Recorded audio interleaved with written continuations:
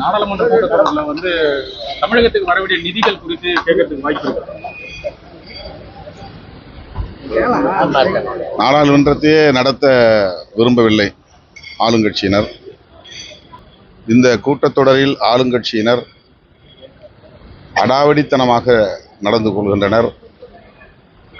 எதிர்க்கட்சி தலைவரையே பேச அனுமதிக்கவில்லை.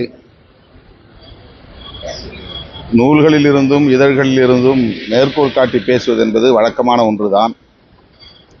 ஆனால் ராகுல் காந்தி அவர்கள் பேசும்போது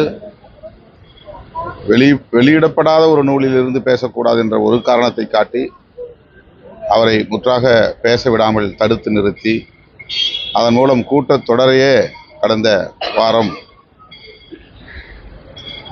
நடத்தவில்லை. இப்போதும் இந்த வாரமும் அப்படித்தான் இருக்கும் என்று கருதுகிறோம். பேசுவதற்கான சூழல் அமைந்தால் தமிழ்நாட்டுக்கு நிதி ஒதுக்காத நிலையை குறித்து கட்டாயம் தமிழ்நாட்டு நாடாளுமன்ற உறுப்பினர்களின் தரப்பிலிருந்து கேள்வி எழுப்புவோம், உரிமை குரல் எழுப்புவோம். குறிப்பா எவ்வளவு நிதி வரைக்கும் சார் கேட்கறதுக்கு வாய்ப்பு? நமக்கு ஒதுக்கீடு செய்ய வேண்டிய நிதியையே இன்னும் அவர்கள் ஒதுக்கவில்லை. கல்வி உள்ளிட்ட பல துறைகளுக்கு ஏற்கனவே அந்த பாக்கி இருக்கிறது. மற்றபடி ஒவ்வொரு பட்ஜெட்டின் போதும் மாநில வாரியாக கணிசமான தொகையை ஒதுக்கீடு செய்கிற போது தமிழ்நாட்டுக்கு ஏன் இந்த ஓரவஞ்சனை என்கிற கேள்வியை நாங்கள் எழுப்போம். அப்படி கேட்கும்பொழுது அந்த நிதிகள் கொடுக்கறதுக்கான வாய்ப்புகள் ஏதாவது அதை எப்படி நம்ம இப்ப சொல்ல முடியும்?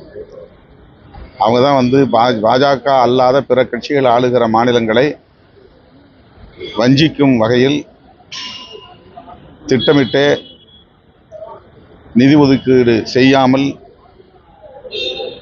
அதை புறக்கணித்து வருகின்றனர். தமிழ்நாடு அதிலே ஒன்று. தமிழ்நாடு மட்டுமில்லாமல் மேற்கு வங்கம், கேரளா, கர்நாடகா, தெலுங்கானா போன்ற மாநிலங்களுக்கும் இதே ஓரவஞ்சனையான அணுகுமுறையைத்தான் பாஜக அரசு கையாண்டு வருகிறது.